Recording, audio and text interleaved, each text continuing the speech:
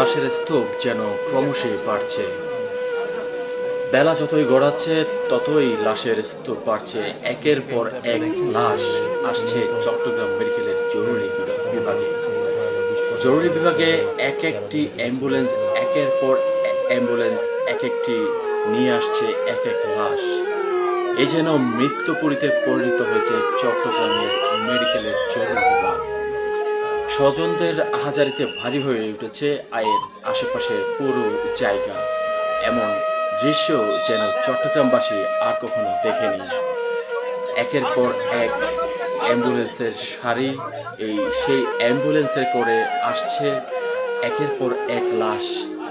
আগুন যতই নিভিয়ে যত দূরে যাওয়া যায় ততই যেন লাশের সংখ্যা দেখা যাচ্ছে।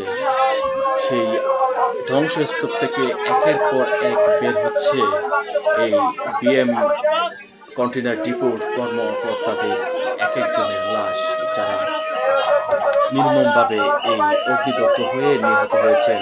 বিএম কন্টেইনার ডিপোর ভয়াবহ বিস্ফোরণে যে অগ্নিকাণ্ড হয়, সে অগ্নিকাণ্ডে অগ্নিদগ্ধ হয়ে মর্মান্তিকভাবে নিহত হয়। এই যে নিহতের সংখ্যা, সেই সংখ্যাটি এখনো কততে গিয়ে পৌঁছয় সেটা এখনো সঠিক নয়। কেননা আমরা দেখতে পাচ্ছি এখন বেলা বেজে প্রায় পৌনে 4টা।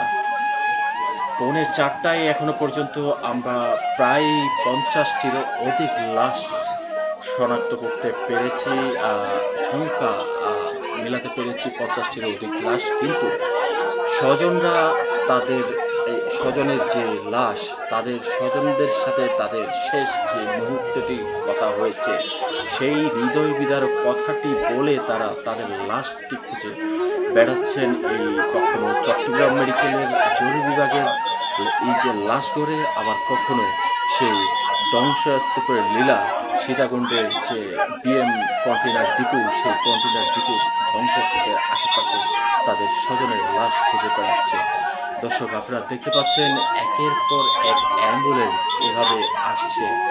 শুধু এখন নয়, এখন বেলা বেজে প্রায় 4টা, কিন্তু একের পর এক এই লাশবাহী যে অ্যাম্বুলেন্স, সেই অ্যাম্বুলেন্স কিন্তু আসছে। এই অ্যাম্বুলেন্সের আসার যে সমাপ্তি, সেই সমাপ্তি কিন্তু নেই। ক্রমশই এটি কিন্তু লাশের যে সারি, সেটি কিন্তু বাড়ছে। যে যখন থেকেই এই ভয়াবহ দুর্ঘটনাটি ঘটে, ঠিক তখন থেকেই এক বীভৎস দৃশ্য আমরা দেখতে পেয়েছি। চট্টগ্রামে হয়তোবা আমরা কখনো এমন বীভৎস দৃশ্য কখনো দেখিনি। অ্যাম্বুলেন্সের যে সারিভাবে যে অ্যাম্বুলেন্স, এই অ্যাম্বুলেন্সে করে এক এক বীভৎস হতাহতদের যে নিয়ে আসা হচ্ছে চট্টগ্রাম মেডিকেল সহ চট্টগ্রামের যে আশেপাশে যে মেডিকেলগুলো রয়েছে, হাসপাতালগুলো রয়েছে, সেই হাসপাতালগুলোতেও কিন্তু বিভিন্ন রোগীদের নিয়ে আসা হচ্ছে। এই ভয়াবহ বিস্ফোরণে যারা আহত হয়েছে, যারা প্রাণে বেঁচে মেডিকেল পর্যন্ত আসতে পেরেছে, কিন্তু তারা এখনো বেঁচে বাসায় ফিরবেন কিনা কেউ এখনো বলতে পারে না। কারণ যারা আহত হয়েছে তাদের এত পরিমাণ তারা এই আগুনের লেলিহান শিখায় তারা দগ্ধ হয়েছেন, সেটি আসলে তাদের বেঁচে থেকেও না থাকার মতো। কারণ এখন তাদেরকে বাঁচানোই বড় দায় হয়ে পড়েছে। কেননা তীব্র আকারে সংকট দিয়েছে যে চিকিৎসা সামগ্রী, তার মধ্যে অত্যন্ত প্রয়োজনীয় হচ্ছে রক্ত।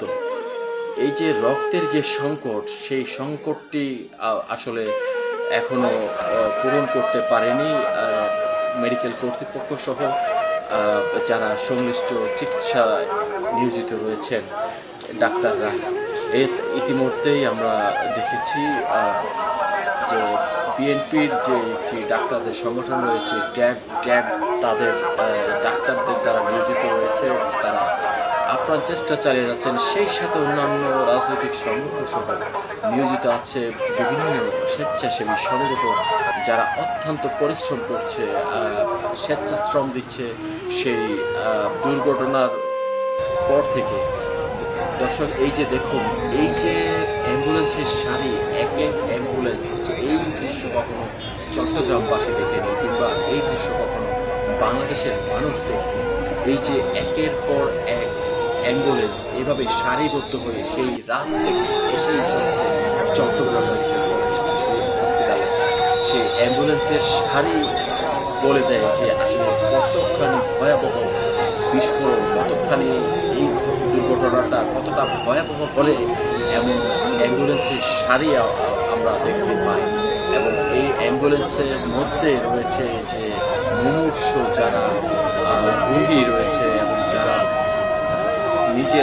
যাদের শরীরের অধিকাংশই আসলে আগুনের লেলিহান শিখায় পুড়ে ছাই হয়ে গেছে, শুধু প্রাণটা নিয়ে তারা হয়তোবা অ্যাম্বুলেন্সে চড়ে শেষ প্রাণটুকু বাঁচার আশায় আসলে তারা মেডিকেল পর্যন্ত পৌঁছতে পেরেছে। কিন্তু আদৌ তারা জানে না তারা প্রাণটি নিয়ে তারা বাড়ি ফিরতে পারবে কিনা, কিংবা তাদের স্বজনরা জানে না তার স্বজন হয়তোবা প্রাণ নিয়ে বাড়ি ফিরতে পারবে কিনা। দর্শক, আমরা আপনাদেরকে দেখাচ্ছিলাম যে এই মেডিকেলের যে জরুরি বিভাগ, এই যে দেখুন একের পর এক লাশ নিয়ে যাওয়া হচ্ছে। এটি আসলে অত্যন্ত বেদনাদায়ক, মর্মাহত, আসলে অত্যন্ত আশ্চর্যজনক। দর্শক দেখুন, এই যে স্বজনের খুঁজে একজন ফায়ার সার্ভিস কর্মীর স্বজন, তার সাথে শেষ কথা হয়েছিল।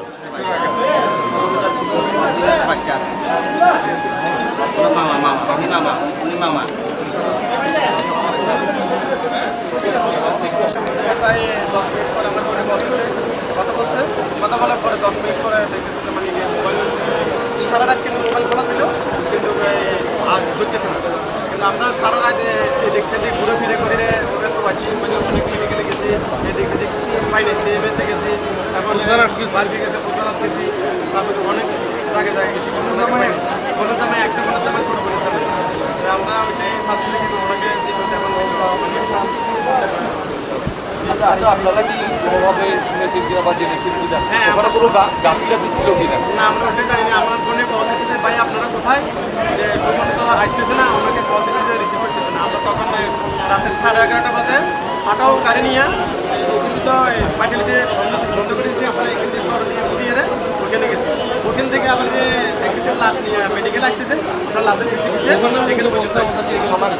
এখনো শনাক্ত হয়নি। আমরা প্রথম থেকে আসছি যেখানে, মানে এখনো পর্যন্ত আমরা সব জায়গায় ইউনিটে সব জায়গায় আমরা এখন পাই মোহাম্মদ ইসমাইল। ভাই আমাকে